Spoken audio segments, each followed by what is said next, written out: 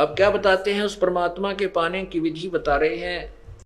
है महबूब मिला पीवो,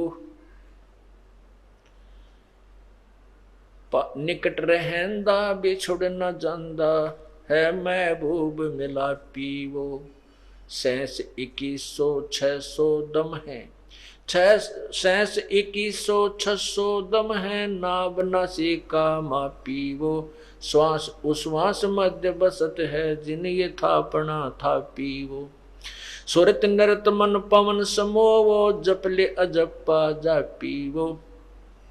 तिल की ओट सुमेर बसत है, समझ बूझिया काफी वो। गरीब दास सट दर्शन खाली, पत्थर पूजे पापी वो। कि जो पत्थर पूजते हैं वो अपराधी हैं, क्योंकि गीता जी में लिखा कि शास्त्र विधि को छोड़कर जो अन्न उपासना करते हैं वो अपराध कर रहे हैं। जैसे गीता जी अध्याय नंबर 7 के श्लोक नंबर 12 से 15 में तीनों गुणों रजगुण ब्रह्मा, सदगुण विष्णु, तमगुण शिव जी अर्थात त्रिगुणमयी माया के उपासकों को भी राक्षस स्वभाव को धारण किए मनुष्यों में नीच दुष्कर्म करने वाले मूर्ख कहा है।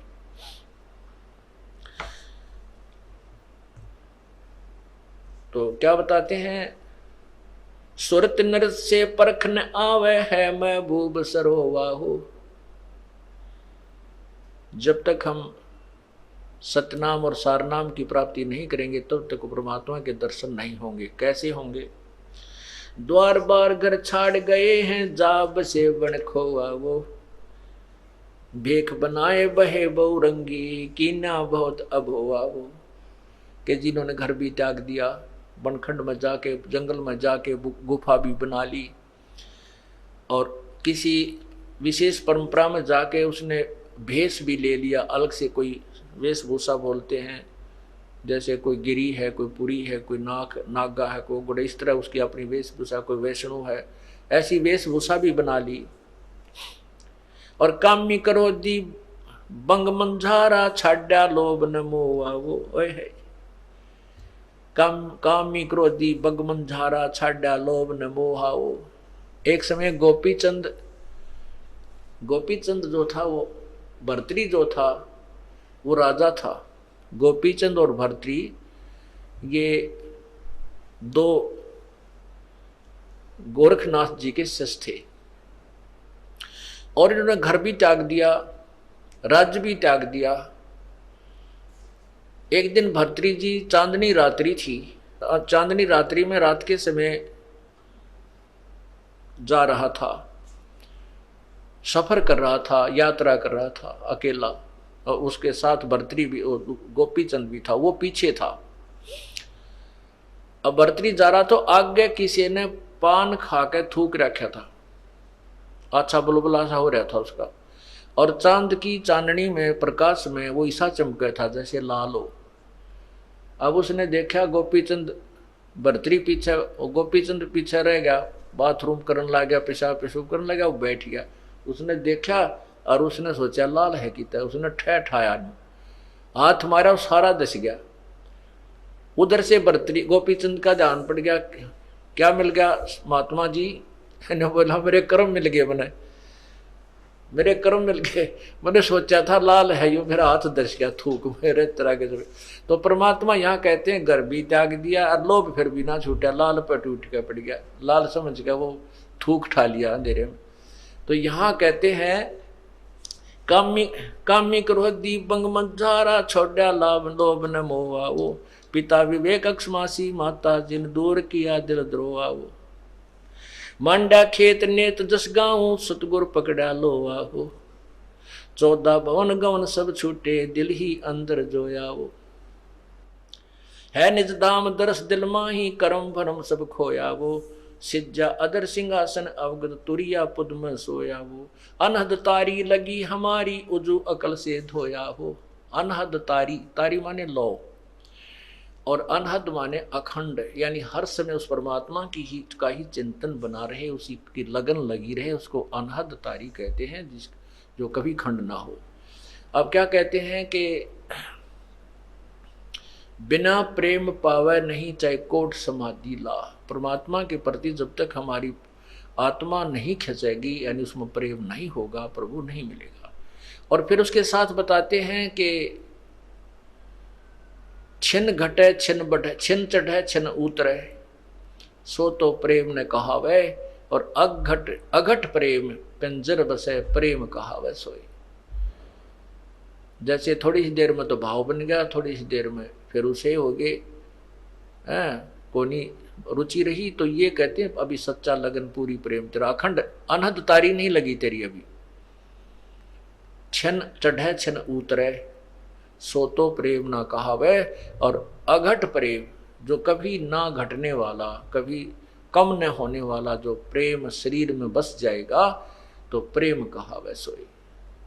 तो यहाँ कहते अनहद तारी लगी हमारी, जो अकल से थोया वो, सतगुरु दानी मिले बिनानी, बीज अभय पद बोया वो। दिव दृष्टि खुली हमारी, सार शब्द से टोया वो, गरीबदास गायत्री लापी, शीस पीठ जम रोया वो। ओए होए, कहते हैं हमारे जो ज्ञान रूपी अखियां हमें मिल गई, सच्ची लो लगा के भजन किया, और फिर हमारी दिव्य दृष्टि खुली, और सार शब्द से टोया वो गुम हुआ भगवान, वो छुपा हुआ परमात्मा जो सतलोक में विराजमान है, इस सार शब्द से टोया वो। परमात्मा की प्राप्ति होनी है सार शब्द से, और ये सार नाम जो आपको मिलना है, ये तीसरा मंत्र है जो पूर्ण ब्रह्म का है। तो ये 3 मंत्र के जाप से परमात्मा प्राप्ति होती है। दिव्य दृष्टि खुली हमारी, सार शब्द से टोया वो, गरीबदास गायत्री लापी, और शीस पीठ जमरोया हो। ये गायत्री नहीं है जो भूर्भुवः ओम भूर्भुवः स्वः तत्सवितुर्वरेण्यं भर्गो देवस्य, जो हम भी घोटाला रहे थे खूब, इसका दिन रात जप्या करते हैं, लेकिन इसका ये नहीं पता था ये क्या है। ओम तो इसके साथ लगता ही नहीं। ये तो यजुर्वेद के 36वें अध्याय का तीसरा मंत्र है, और एक किसी सदग्रंथ के केवल एक श्लोक का रट्टा लगाने से प्रभु प्राप्ति नहीं होती। वो तो प्रभु के गुणों का ज्ञान होता है, वो कैसा है, क्या करता है। वो जैसे बिजली की महिमा का एक श्लोक बना लिया जाए, मंत्र बना लिया जाए, और उसको रटता रहे, उसी को गाता रहे, और बिजली के प्राप्त करने की, कनेक्शन लेने की विधि का ज्ञान नहीं है, प्रयत्न कर नहीं रहा, तो बिजली के गुणों का लाभ आपको नहीं मिल सकता। बिजली से ना पंखा चले, ना आपकी मकान में उजाला हो, ना वो आटा पीसे, और ना ही आपके ट्यूबवेल को चला सकती। जो गुण तू रोज गाता है, जब तक उसको प्राप्त करने की विधि नहीं प्राप्त करता है, जैसे ये सार नाम जो सतनाम, ये 3 मंत्र का जाप है, ये तो समझो बिजली का कनेक्शन लेना है, और फिर आपको वो लाभ होंगे। और इसके गुण गाएं, जा भूर्भुवः स्वः तत्सवितुर्वरेण्यं भर्गो देवस्य धीमहि धियो यो न प्रचोदयात्। अगर यही करता रहा, ये तो भगवान की महिमा है, इसने चाहे 100 बार गा ले, इससे केवल एक ज्ञान यज्ञ का फल मिलेगा, परमात्मा नहीं मिलेगा।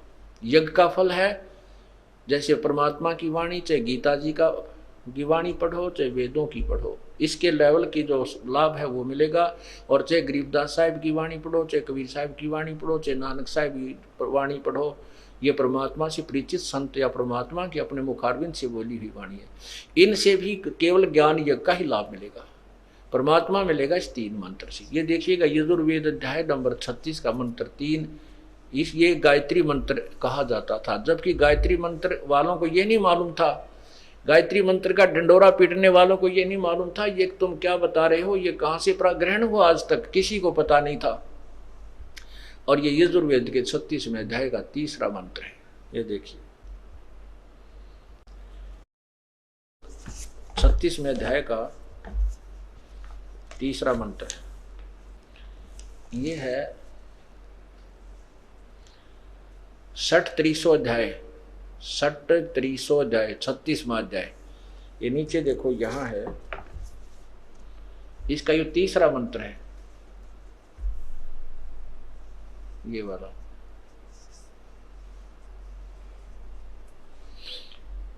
ये तीसरा मंत्र है, इसमें है भूर्भुवः स्वः, भूर्भुवः स्वः तत्सवितुर्वरेण्यं भर्गो देवस्य धीमहि और धियो यो न प्रचोदयात्। इसमें कहीं भी ओम मंत्र नहीं है। इसके साथ ओम मंत्र लगाना परमात्मा के परमात्मा की वाणी के साथ खिलवाड़ करना है, परमात्मा को अल्पज्य सिद्ध करना है। भगवान ने तो केवल इतना ही बोला, और इसमें हम और जोड़ दें कुछ तो वो हमारी अपनी नालायकी और चतुरता है कि हम दूसरों को अपनी सूझबूझ से अट्रैक्शन करने के लिए उनके साथ खिलवाड़ करें, उसे लाभ भी नहीं मिलता। जैसे मोटरसाइकिल या कार के पिस्टन के साथ में कोई नट अलग से वेल्ड करके कोई कहे कि अब ये पिस्टन और ज़्यादा अच्छा बन गया है, उसने तो काम बिगाड़ दिया। वो तो कंपनी ने स्पेसिफाइड बना रखा था, उसके साथ खिलवाड़ करना मूर्खता और उसके वर्केबिलिटी पर प्रभाव डालना ही है। तो इसके साथ वो मंत्र नहीं लगना चाहिए। पूर्ण परमात्मा की महिमा है ये, और ओम है ये ब्रह्म का जाप। जैसे प्रधानमंत्री के साथ राष्ट्रपति को कहे मुख्यमंत्री साहब जी और फिर उसका नाम ले, वो कितना प्रसन्न होगा। प्रधानमंत्री को मुख्यमंत्री कहकर संबोधित करे तो वो बहुत नाराज होता है, और जो काम करना चाहता हो भी ना करे, उसको कहते भगा दे यहाँ को, इससे इसको ये नहीं पता मैं मुख्यमंत्री हूँ या प्रधानमंत्री हूँ। मुख्यमंत्री मेरे सामने करबद्ध होकर खड़े हो जाते हैं। तो इसलिए इन नादानों ने, अनजानों ने